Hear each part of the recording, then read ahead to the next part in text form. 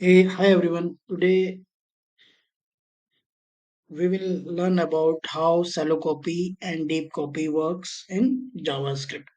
So first of all, हम समझेंगे कि shallow copy और deep copy कैसे काम करता है और दोनों में डिफरेंस क्या है. ओके. सो shallow copy और डीप कॉपी एक ऐसा कंसेप्ट है जावास्क्रिप्ट में जब हम किसी ऑब्जेक्ट को सेकंड रेफरेंस वेरिएबल पे असाइन कर रहे हो. ओके, सपोज हम कोई न्यू वेरिएबल बना रहे हैं, हमारे पास पहले से कोई एक ऑब्जेक्ट पड़ा हुआ है, उसको ऑब्जेक्ट को हम असाइन कर रहे हैं अपने न्यू ऑब्जेक्ट. तो let's take an example. Suppose मेरे पास एक ऑब्जेक्ट वन है जहाँ पे मेरे पास कुछ प्रॉपर्टीज हैं like name, subject,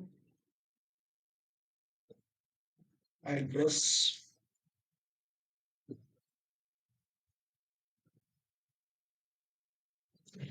state, UK,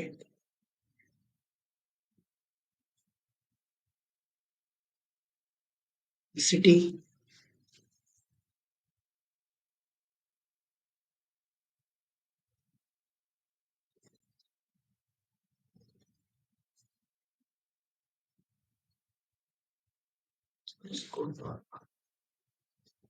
ठीक है. तो ये हमारे पास एक ऑब्जेक्ट है जो कि हमने इसमें असाइन किया है नेम, एड्रेस. ठीक है, एड्रेस एक nested object. Now let suppose मैंने क्या किया, नेक्स्ट लाइन पे let OBJ two is equal to, मैंने ओबीजे वन असाइन कर दिया. ओके. सो अभी ये जो एग्जांपल है वो सैलो कॉपी का है. यहाँ पे क्या हो रहा है बेसिकली इस लाइन पे, जब हमने इस ओबीजे वन को ओबीजे टू को असाइन किया, so on the background OBJ two और ओबीजे वन को सेम मेमोरी एलोकेट होगी इन द मेमोरी. सो जब भी हम कुछ चेंज ओबीजे टू पे चेंज करेंगे, it will reflect on OBJ one, जो कि एक प्रॉब्लम हो सकती है बाद में. लाइक सपोज आपके पास एक ऑब्जेक्ट है और दूसरे ऑब्जेक्ट को आप असाइन कर रहे हो, अब कुछ भी चेंज आप दूसरे ऑब्जेक्ट पे कर रहे हो, आप ये नहीं चाहते कि पहला ऑब्जेक्ट जो ओरिजिनल ऑब्जेक्ट है उस पे कुछ चेंज हो. राइट. अभी यहाँ पे क्या प्रॉब्लम आएगी, लेट्स सी. ऑन 9 नंबर 11 अगर आप देखोगे, अगर मैं इसको करता हूँ OBJ two,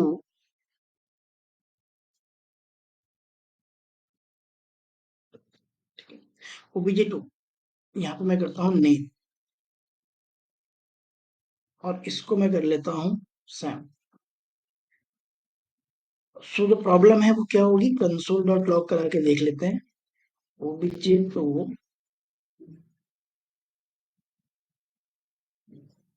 and OBJ one. ठीक है. प्रॉब्लम ये होगी कि अगर आप चेक करोगे, ओबीजे वन को पहले प्रिंट करा के दिखाता हूँ.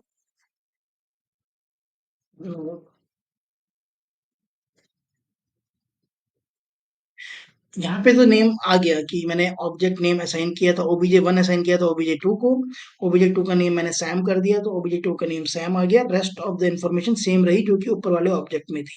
ठीक है. बट अगर ओबीजे टू को देखोगे तो इसके नेम पे भी सैम आ जाएगा, because both are pointing to the same address in the memory. ठीक है.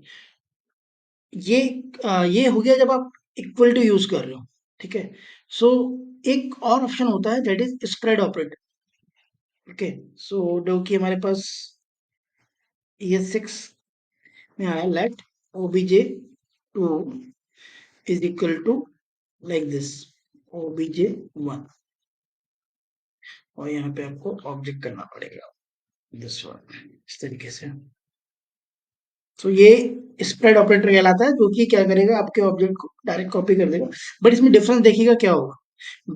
जब हमने लाइक दिस वाली approach OBJ two is equal to OBJ one किया, उस टाइम पे हमने सबसे पहली property not with the nested property, nested property मैं इसको बोलूंगा बिकॉज इसके अंदर एड्रेस भी फिर अपने आप में एक ऑब्जेक्ट है, तो ये नेस्टेड ऑब्जेक्ट हो गया बेसिकली. बट अगर आप यहाँ पे देखो let OBJ two with this one, अभी आप चेंज करोगे तो डिफरेंस ये है, यहाँ पे ये इस पे तो काम कर रहा है, यहाँ पे इसने इसको चेंज नहीं किया ओबीजे वन को. बट जब आप आओगे विद स्प्रेड ऑपरेटर यहाँ पे चेंज करने पे, like OBJ to,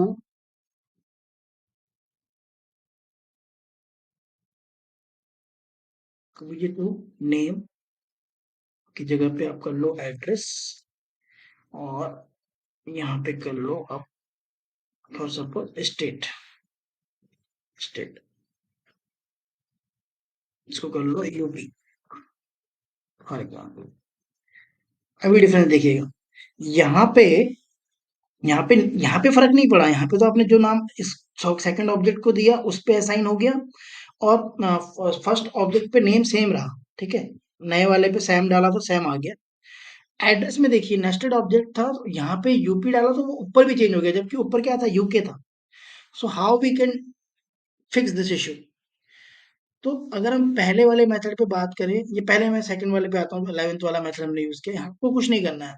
for deep copy, basically JavaScript provides two particular methods of the JSON, like json.stringify और json.parse।